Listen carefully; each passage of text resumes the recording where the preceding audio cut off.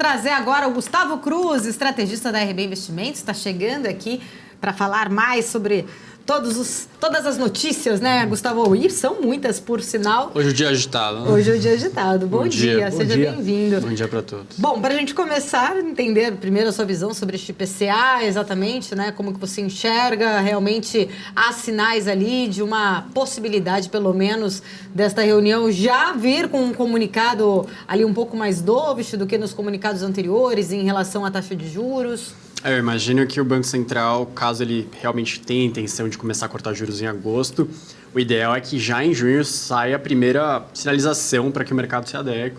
Embora o mercado esteja precificando o corte de juros, é bem diferente quando o Banco Central realmente indica, ó, estou próximo, ou realmente penso que já faz sentido começar a discutir isso. O IPCA traz elementos, porque realmente ele não só mostra que foi menor do que o esperado, né, 0,23 contra 0,33 projetados, mas a inflação de serviços caiu, a difusão que estava em 66%, né, a quantidade de itens subir ao mesmo tempo caiu para 55%, que é aquele patamar lá que o Ilan e o presidente Temer entregaram na época que eles entregavam a inflação na meta, ou seja, uma configuração melhor do que a gente estava vendo ao longo dos 4 primeiros meses do ano. Então essa inflação de maio ela vem melhor do que o mercado esperava, ela sinaliza que junho também deve ser melhor do que o esperado, pela parte de serviços cair principalmente. Então, você aumenta a discussão, coloca mais elementos para outros economistas, outros operadores de mercado acreditarem que a gente está próximo desse corte de juros. Tá certo.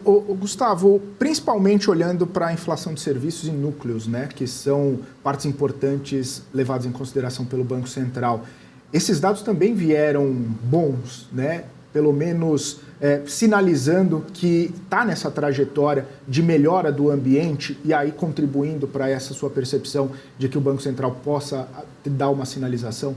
Exato. A inflação de serviços é aquela mais resistente, aquela que você demora mais para notar que ela está deixando aquele movimento inercial de reajustar. Porque o professor particular, é o salão de beleza, é aquele reajuste que ele continua e você não tem um mercado muito regulado, né? Não é como um exportador, um importador, que realmente são preços internacionais. Então, quando você tem inflação de serviços muito alta, que a gente estava acompanhando acima de 8%, você tem uma dificuldade de observar esses dados caírem. E você tem um efeito psicológico na população de que ela está notando preços mais altos, assim como a difusão. Portanto, se não me engano, foi para 6,57, se vocês puderem me ajudar com o número certinho, mas já é um patamar mais próximo do teto da meta, ainda está um pouco acima, mas já começa a chegar mais perto de você entender que ela está indo para um caminho de se ficar mais dentro do limite máximo, pelo menos isso. É bem diferente do que a gente acompanhou naquele ano, naqueles anos que o Tombini cortou juros com a ex-presidente Dilma, quando a inflação de serviços estava muito alta. Então, a população até observava o corte de juros, a inflação estava abaixo do teto da meta, mas a sensação no dia a dia não era de uma inflação tão comportada assim. Então, é importante que isso aconteça. Foi 5,98, pelo que eu vi aqui, né? Então, já foi para mais, né? Já foi para mais baixo. Então. Bom, temos aqui ainda 2 minutinhos antes do nosso intervalo. Eu queria entender, quando a gente olha ali, principalmente para a questão mais de serviços, núcleos como um todo, como que você enxerga, principalmente esse movimento? A gente viu uma mudança, né, vamos dizer assim, nos últimos meses, mas na sua visão, temos ferramentas suficientes para isso ser sustentável, principalmente nesta trajetória, seguindo essa trajetória? Eu acredito que você tem um ponto que tem contribuído cada vez mais para a inflação mais baixa, que é o câmbio. Quando a gente começa o ano, o mercado discute se o câmbio médio do ano vai ser 5,30 ou 5,50. Agora a gente está vendo revisões para baixo, para 5 ou menos. Então, realmente, é uma configuração bem diferente. E câmbio mais valorizado significa menos pressão na inflação. Significa que os insumos que a gente não produz vêm mais baratos e para o consumidor final, quando a gente entrega o produto, ele está mais barato. Então, isso já é um ponto bem relevante. Eu entendo que esse câmbio vai ser um dos pontos. Acredito que a gente tem visto agora, sim, um efeito cada vez maior da política monetária mesmo. A política monetária funciona bastante no Brasil. Portanto, quando a gente tem a taxa de juros desde agosto do ano passado em 13,75, não é que em setembro do ano passado o grande efeito da taxa de juros já estava na vida da população. Isso demora, mas começa a fazer um grande efeito. e agora a gente já está quase um ano depois dessa taxa mais alta, aí sim a gente vê financiamentos mais difíceis de ser contratados, parcelas mais caras retraindo o consumo, portanto, dá esse efeito na inflação mais baixa. Gustavo, eu quero continuar aqui ainda repercutindo outros temas com você, mas a gente vai para um rápido intervalo comercial. Você que está acompanhando a nossa programação aqui da BMC News, continue com a gente. Depois do intervalo ainda temos aqui uma longa discussão com Gustavo Cruz, trazendo pontos importantes daqui. BMC News, informação que gera valor. De volta aqui na nossa programação da BMC News, estamos conversando com Gustavo Cruz, estrategista da RB. Gustavo, a gente estava falando aqui um pouco mais sobre as perspectivas, principalmente em relação a este IPCA. Queria entender na sua visão, a gente tem agora, neste atual momento, uma reoneração por parte de tributos, tanto ICMS na gasolina, e já com um anúncio de uma antecipação também por reoneração de uma parte dos tributos no diesel a partir de setembro. Isso pode trazer algum reflexo, pelo menos nessa sinalização, dessa perspectiva de uma sinalização de queda para o setor, para a inflação como um todo? Esses preços, como eles são administrados, é mais fácil dos economistas eles projetarem o que vai acontecer, como vai ser o efeito na inflação, qual o comportamento para frente. Portanto, eu entendo que eles já estão bem incorporados nos números que a gente estava vendo sendo sinalizados para os próximos meses. O que não estava incorporado foi essa surpresa para baixo, são os dados da FGV de preços também vindo mais baixos. E quanto mais a gente tem surpresa positiva, aí você tem um efeito cascata nesses preços livres, né, que a gente chama, que são os preços da economia que não passam pelo poder público, digamos assim. Portanto, com o dado de hoje, eu imagino que vão ter várias revisões. A média estava mais ou menos em 0,25 para junho. Acredito que vai ter gente revisando até perto de uma deflação com os dados de hoje. Gustavo, a gente sabe, né, que o mercado acaba se movimentando com expectativas, né, e a gente tem visto alguns dados de inflação melhores do que o esperado, principalmente o de hoje. Desde o IPCA 15 lá a gente já veio vendo esse movimento. E claro, a expectativa de corte de juros está cada vez mais próxima, algumas pessoas falando que já em agosto, mais tardar setembro ou outubro ali, a gente consiga ver essa movimentação. E o mercado está reagindo a isso.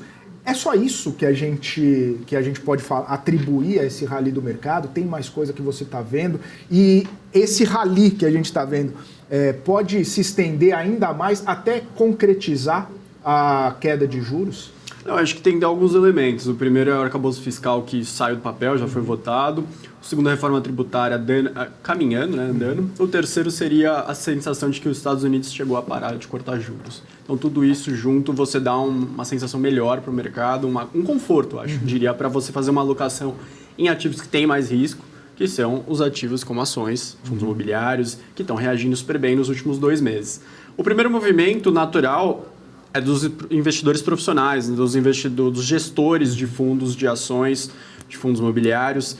Aqueles recursos que estavam em caixa, ou seja, que não estavam alocados no seu principal veículo de ativo, que seja ações ou fundos imobiliários, eles retiram da renda fixa, muitas vezes, e colocam agora, sim, mais alocados em ações. Eles antecipam o movimento, né? Eles já fazem a projeção, entendem que está chegando, então eles antecipam o movimento. Por isso que a gente fala que às vezes a gestão ativa é tão importante, porque eles conseguem enxergar antes, eles estão trabalhando 24 horas, estão trabalhando bastante durante a semana, bem atentos. Depois a gente começa a ter um movimento das pessoas físicas que começam a ficar com aquele medo de ficar fora do movimento e começam a perceber que realmente as condições estão mais favoráveis. Também depois o movimento de estrangeiro. O investidor estrangeiro, ele nota que a inflação está mais controlada, que a pauta política está andando e ele começa a investir também.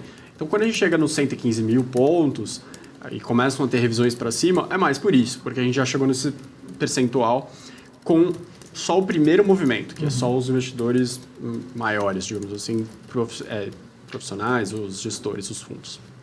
Gustavo, falando ali em relação a... Você trouxe alguns dos pontos, você falou sobre a reforma tributária. Eu queria entrar um pouquinho nesse tema, até porque a gente começou ontem ali a analisar um pouco mais, vamos dizer assim, um andamento, primeiro com a apresentação preliminar, né, dessa discussão pelo grupo de trabalho lá da Câmara. É claro, ainda faltam muitas, acho que, informações importantes, um entendimento melhor em relação ao que deve acontecer de fato, questão de alíquotas, enfim, Zona Franca, alguns pontos importantes que a gente pode aprofundar um pouco mais, mas eu queria entender, esse é um projeto, na verdade, que está há décadas ali praticamente, né, na gaveta, a discussão, né, a importância, o Congresso sabe dessa importância há anos. Agora parece ter, então, esse certo consenso de que talvez seja o momento ideal. Lira está ali acreditando que em um mês vai fazer, realmente, antes do recesso, essa aprovação. A gente está há anos e anos discutindo. Temos muitas ali, acho que, bases dentro da própria Câmara com interesses diferentes. Você acha factível, possível que essa discussão aconteça em 30 dias? Eu acredito que, como o Congresso ele tem ocupado um protagonismo muito grande nos últimos anos, o que eles estão tentando fazer é antecipar a discussão, né? Antes, o Executivo era muito protagonista, então ele trazia um texto e o Congresso ia trazendo suas demandas para tentar mudar o texto. Agora, a gente, por exemplo, foi um grupo de trabalho. Eles escutaram bastante o Bernardo Api, que é o secretário especial para a reforma tributária do Ministério da Fazenda, mas, de qualquer forma, eles já consultaram os líderes políticos, os líderes de setores, para escutar as demandas, e aí chegar num texto final já bem mais próximo do que vai ser aquele finalizado. Então, talvez por isso que o andamento está parecendo mais rápido, né? Porque ao longo desse primeiro semestre você teve essa discussão de escutar as pautas de cada setor para que você já chegasse próximo ao necessário para aprovar. Acho que talvez essa sensação tenha mudado por isso. E a pressão por parte ali desses grupos de interesse, você acha que isso não pode acabar atrapalhando também um pouco o andamento? Eu acho que atrapalha, porque a gente vê que assim, tem muitos setores que vão ser beneficiados, Sim. mas a gente não vê eles fazendo eles até comemoram, mas não tanto. E quem é prejudicado, na teoria, esses grupos, eles são muito altos. Eles reclamam muito, são muito bem vocais. E isso vai fazer pressão exatamente nos próximos dias, nas próximas semanas, para tentar modificar, tentar ter algum tratamento especial. Eu entendo que a longo prazo é positivo para o Brasil como um todo. Saíram vários estudos mostrando como é interessante essa reforma ser aprovada. Agora, cada setor tem sua agenda própria e, infelizmente, passa-se por cima, digamos assim, de uma agenda de um país. Gustavo, eu queria abordar um pouco contigo, né? A gente estava falando de inflação e a gente estava falando sobre movimentações do governo, né? E aí foram anunciados vários programas, né? Tava até o Desenrola, subsídio para carro, o Plano Safra Mais Forte, todas medidas parafiscais. Né? Eu queria entender, na sua visão, se isso pode trazer alguma expectativa maior de inflação, se isso pode mexer com a expectativa do cupom, como que isso está, na sua visão, mostrando também um entendimento do governo, ou pelo menos um sinal que o governo vai continuar com esse tipo de medida, né? Porque elas são, claro, muito impactantes no cenário econômico, né? Medidas parafiscais. E mexem também com as expectativas que a gente estava falando. Como que você vê essa situação? Você, por exemplo, afasta uma possibilidade do Brasil voltar a ter grau de investimento, né? Você vai deixando cada vez mais para frente. Porque ao mesmo tempo que você reconhece que tem um problema fiscal, aprova um arcabouço fiscal, você dá medidas como essas que, em alguns casos, não fazem muito sentido aos olhos sociais, né? A questão do carro, por exemplo, você não abrange a população que realmente é a mais necessitada do país. Então, quando você tem esse tipo de medida, você confunde um pouco o investidor estrangeiro quando olha para cá e fala, por que ele está fazendo esse tipo de medida se ele foi eleito com outra ideia de governo? Então, enfim, voltando aqui, recapitulando, você está dando um passo de gastar mais que realmente estimula a inflação, porque você dá um estímulo via PIB, você dá mais recursos, e enquanto o Banco Central está dando passo para outra direção, né? Dando passo para trás e o fiscal está indo para frente. Obviamente, isso atrapalha um pouco o movimento do Banco Central. Mas conforme a gente agora chega em um momento de inflação bem mais controlada, fica menos evidente, uma sensação menos de pressão, digamos assim, em cima da inflação adiante.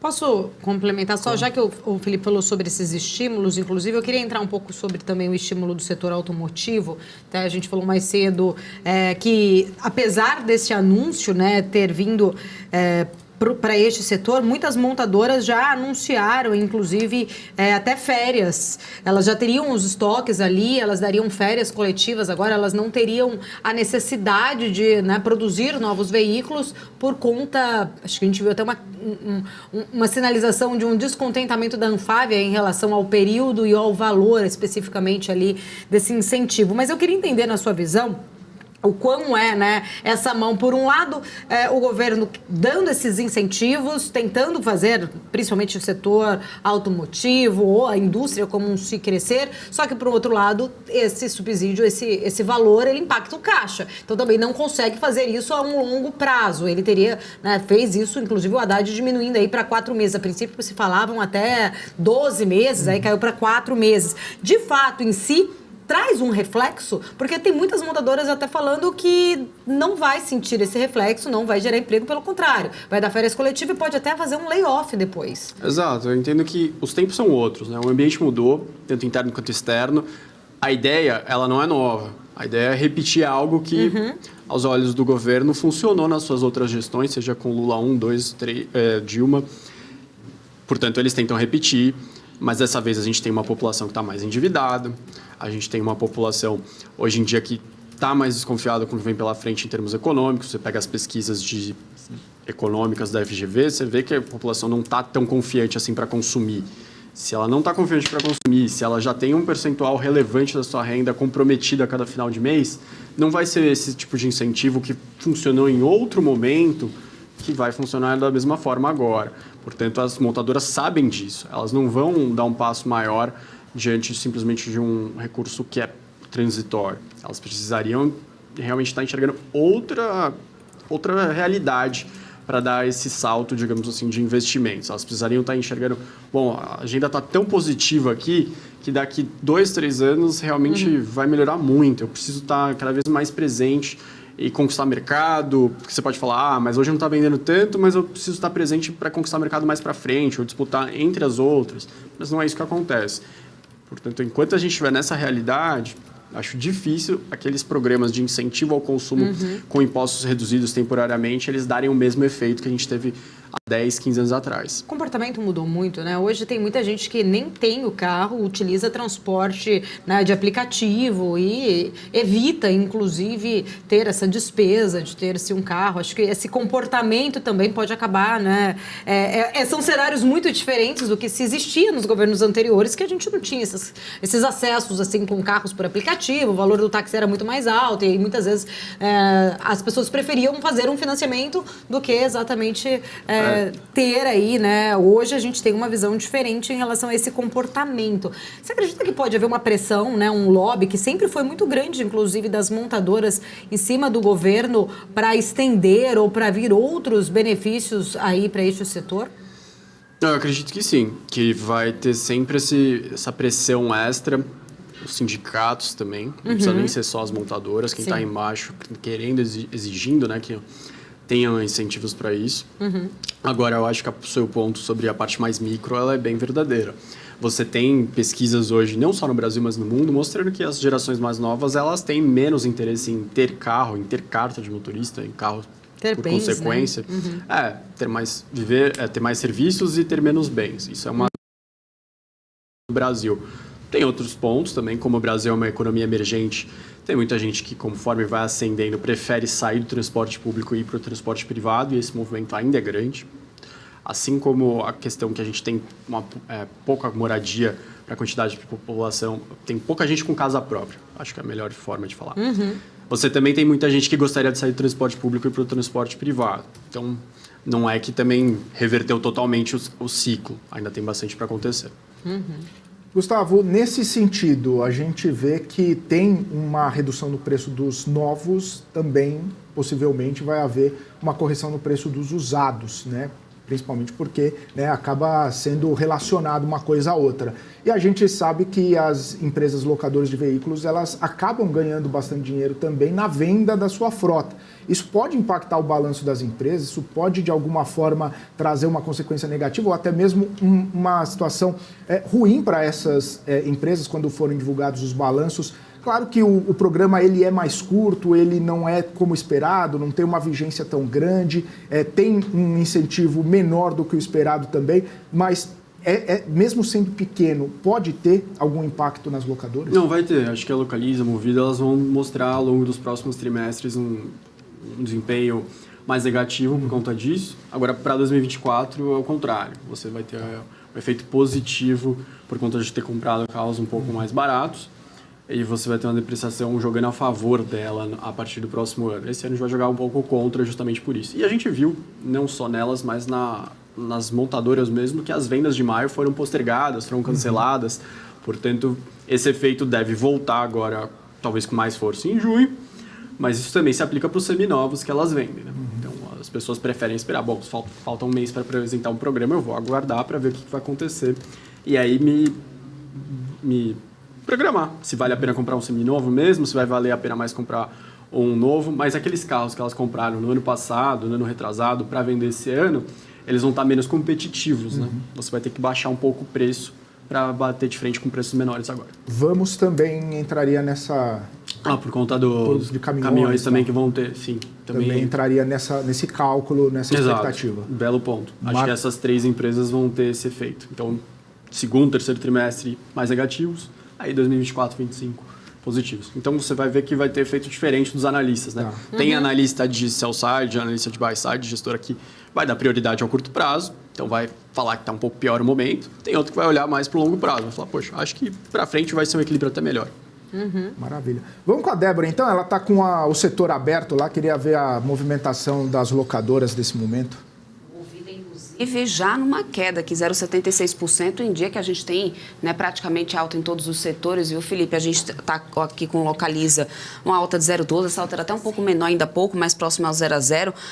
Os papéis acumulam altas no ano, inclusive, Localiza está aqui no ano acumulando alta de 28,48%, Movida aqui alta de 55,55%, mas realmente tem esse movimento ali mais de queda em relação à Movida. Localiza já chegou a testar o negativo de novo. No dia que a gente tem, por exemplo, o Ibovespa subindo bem 0,58%, agora nos 115 mil pontos, devolvemos um pouquinho dos ganhos, mas aí o cenário realmente pesando um pouco mais negativo para o setor, viu, Felipe? Tá certo, Débora. Eu tenho mais perguntas aqui para o Gustavo, até mesmo, não sei, vai parecer que a gente está falando só de programas governamentais, mas entrou Minha Casa Minha Vida, inclusive passou agora, né, meio sem problema nenhum, o novo Minha Casa Minha Vida, com algumas alterações, mas é mais um estímulo para o setor de construção civil, né? Estava sendo muito aguardada essa questão. Claro que tem a situação do FGTS ainda que está rolando no Supremo Tribunal Federal, mas a aprovação desse novo formato do Minha Casa Minha Vida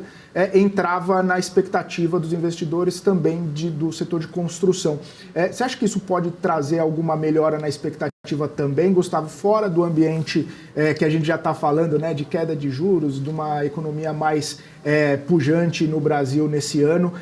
Isso também pode contribuir para uma expectativa melhor para as construtoras? Com certeza. Eu acho que, né, nos últimos anos a gente teve um orçamento bem menor para o Minha Casa Minha Vida.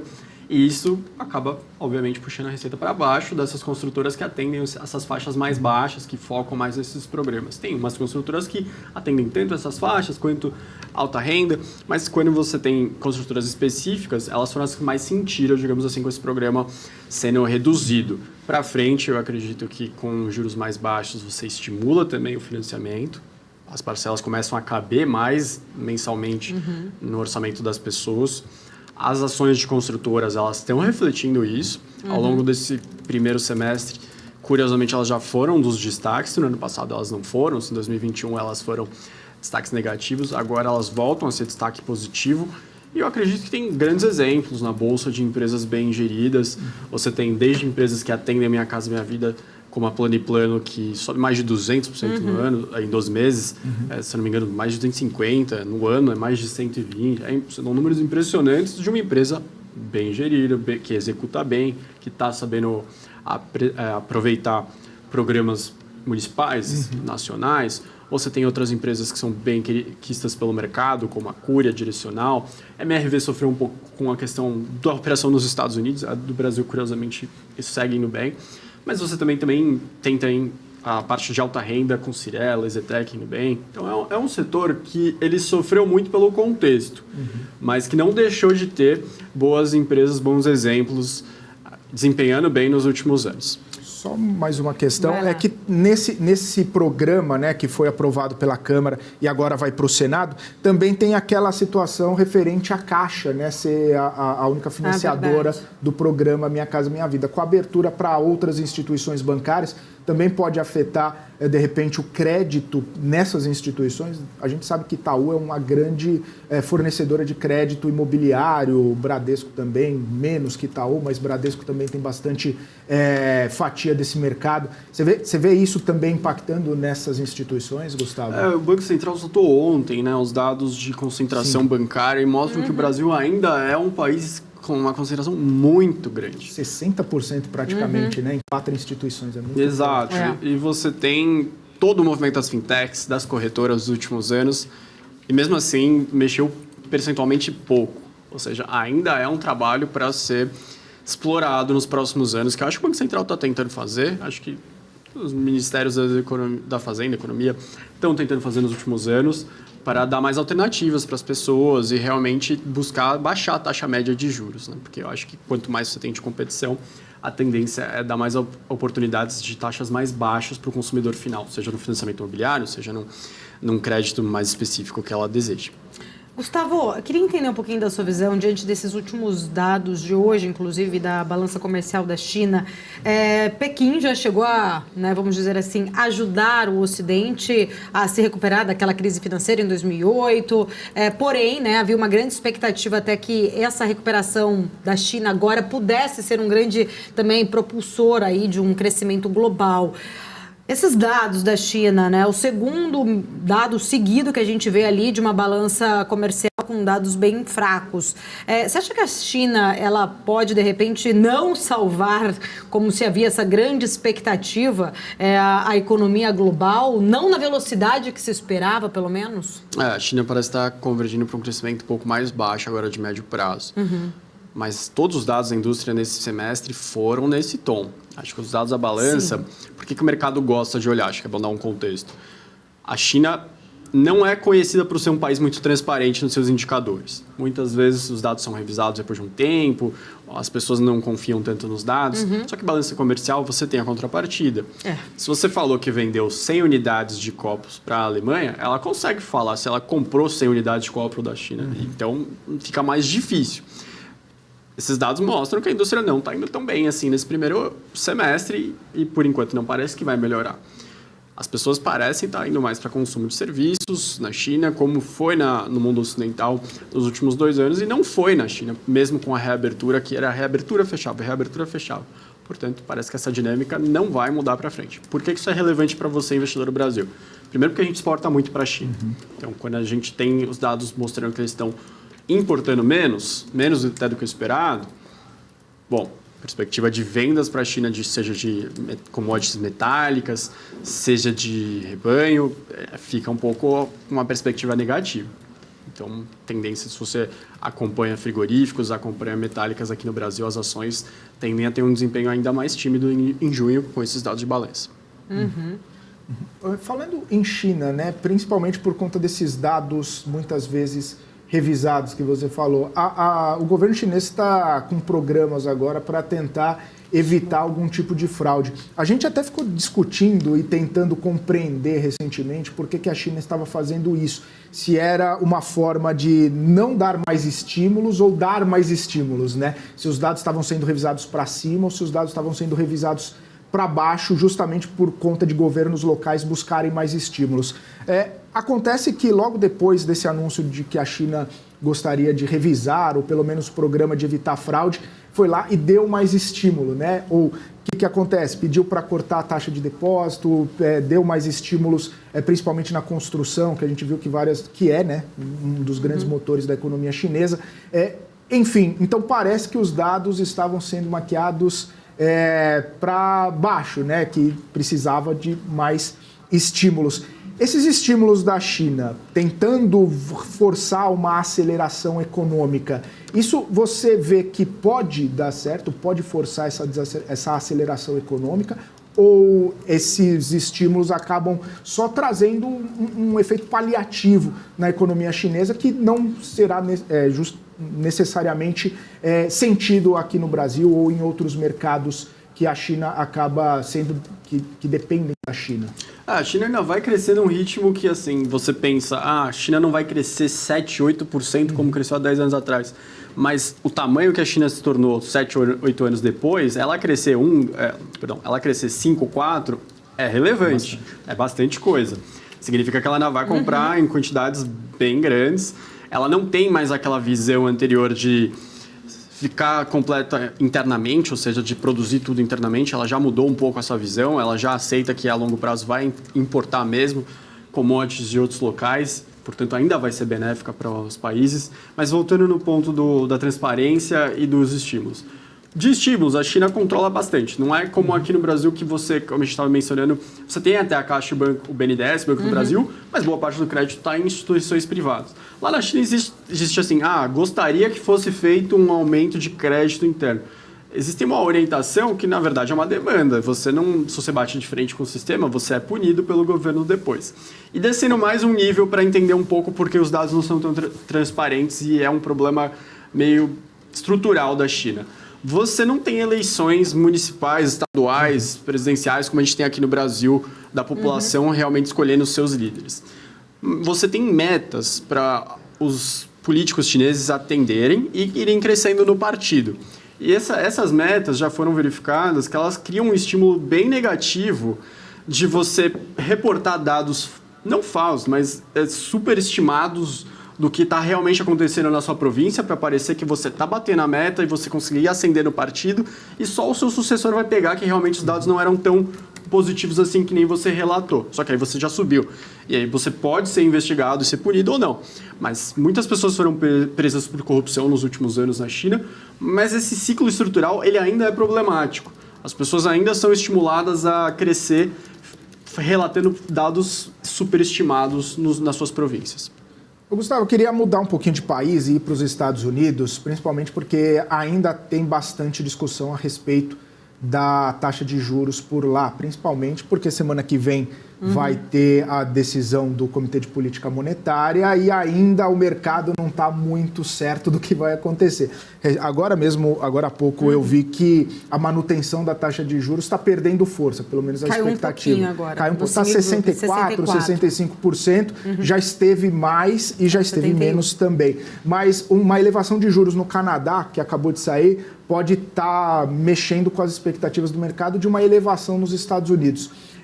Como que você está vendo essa situação lá nos Estados Unidos? Você acha que, de repente, toda essa questão de uma desaceleração econômica, a questão da discussão do limite da dívida, da questão do Tesouro Nacional estava com as reservas baixas, isso está movimentando a expectativa de que talvez o Fed vá precisar elevar mais ainda os juros, que não chegou ainda no pico, embora possa haver uma manutenção agora e uma revisão para cima na próxima reunião, ainda não está muito certo isso. Como que está a sua visão sobre essa questão? Eu entendo que o mercado já fez um movimento correto, que é não precificar cortes nos próximos meses. Isso eu acho que estava muito equivocado, eu falei bastante, acho que aqui em outros locais, que parecia muito precipitado pensar em corte de juros já no próximo trimestre, já em setembro, já em novembro. Agora, precificando só para a reunião de dezembro ou ano que vem, parece algo mais razoável. Os dados de inflação vão sair um dia antes da decisão. Então, vai ter uma volatilidade grande na semana que vem entre a divulgação na terça-feira dos dados de inflação e na quarta-feira a decisão de juros. Os dirigentes do Banco Central americano, eles parecem estar reportando, sinalizando para o mercado de que a ideia é pausar. A não ser que tenha uma surpresa muito grande nessa inflação semana que vem, eles decidiram que a ideia seria pausar a alta de juros a partir do próximo mês para tentar não provocar não só uma questão de desaceleração, mas como a gente viu alguns meses atrás, problemas no setor bancário. E aí realmente gerar uma crise maior nos Estados Unidos. Isso eles não querem que aconteça, eles sentiram que com os juros já chegando nesses patamares, já está prejudicando diversas instituições bancárias. Parece que eles estão indo para esse lado, de pausar e fazer um aperto monetário agora por expectativas. E como que você faz um aperto monetário por expectativas? você convence o mercado de que a taxa vai ficar em patamares mais altos por mais tempo. E quando você coloca as taxas de juros de mais médio e longo prazo em patamares maiores, você tem financiamentos mais caros, você tem estímulos a comprar moradias mais caras, financiamentos tanto de imóveis quanto de veículos. A população, então, vai absorvendo essa taxa de juros maiores, não só a taxa máxima, mas o resto da curva de juros, né? Os vencimentos maiores que impactam também a atividade. Deixa eu sair uma aqui rapidinho antes de acabar nosso tempo. Eu estava olhando aqui no Financial Times agora, trazendo uma matéria falando que os empréstimos ali de 1 trilhão do Tesouro do americano deve colocar bancos sob pressão. Alguns analistas ouvidos pelo Financial temem que a escalada de novas emissões após essa luta pelo teto da dívida americana acabe aumentando os rendimentos e sugere, então, ali, né, o dinheiro dos depósitos. Queria entender também um pouquinho da sua visão sobre esta notícia. Olha, parece que realmente a gente está chegando num ponto de que, agora não de curto prazo essa leitura, mas de que realmente nos Estados Unidos a gente está sentindo o que o Brasil sentiu nos últimos anos, de como é fácil você transferir hoje recursos de uma instituição para outra. A gente fala muito sobre o Brasil ser uma economia emergente, mas o sistema financeiro brasileiro ele é dos mais elogiados do mundo, um dos mais avançados. Nos Estados Unidos isso é o contrário, tanto que há poucos anos atrás, você via filas nas portas de bancos para você fazer movimentações de depósitos. Agora, eles estão experimentando talvez a primeira, não precisa chamar de crise, mas o primeiro susto no sistema bancário, no qual um americano pode pegar seu celular e transferir os recursos de um banco municipal, estadual, regional, para um dos grandes bancos em segundos. E isso faz diferença. Isso é algo que não tem experiência lá de como conviver com isso. Você pode olhar para o externo, pode olhar para cá. Mas, internamente, o banqueiro americano ele não estava acostumado com essa realidade. Portanto, você tem essa pressão extra, sim, depois da movimentação do Tesouro recente. Maravilha. Gustavo, eu quero agradecer. Sempre um prazer falar contigo. Até semana que vem. Até semana que vem, gente. Muito obrigado aqui pelo tempo. Obrigada. Valeu. Grande Gustavo Cruz, estrategista da RB Investimentos, trazendo ali, né, visões importantes. Só uma nota aqui rapidinho, saiu uma pesquisa também sobre a aprovação do presidente americano Joe Biden, atingiu 41% aí nos últimos dias, bem perto do nível mais baixo, inclusive durante o mandato dele, mais pouca coisa ali, né, teria mudado nessa pesquisa depois da negociação, que a gente estava falando aqui do teto da dívida. Então, só para completar aqui a pesquisa aí que foi realizada há 4 dias desde que foi então feita a votação, né, e a aprovação inclusive da elevação do teto da dívida lá nos Estados Unidos, não aumentou nada praticamente ali, na verdade de 40% para 41%. Bom, nós vamos para um rápido intervalo comercial, voltamos já com muito mais, trazendo aqui ainda destaques, notícias, comentários, continue com a gente.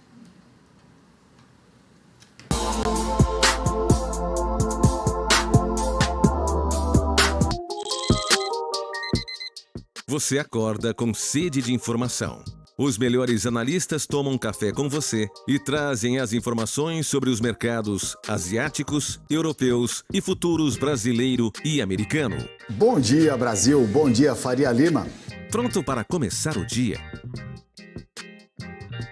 De segunda a sexta, às 8h30. BMC News. Informação que gera valor. Já pensou se não existisse essa pergunta?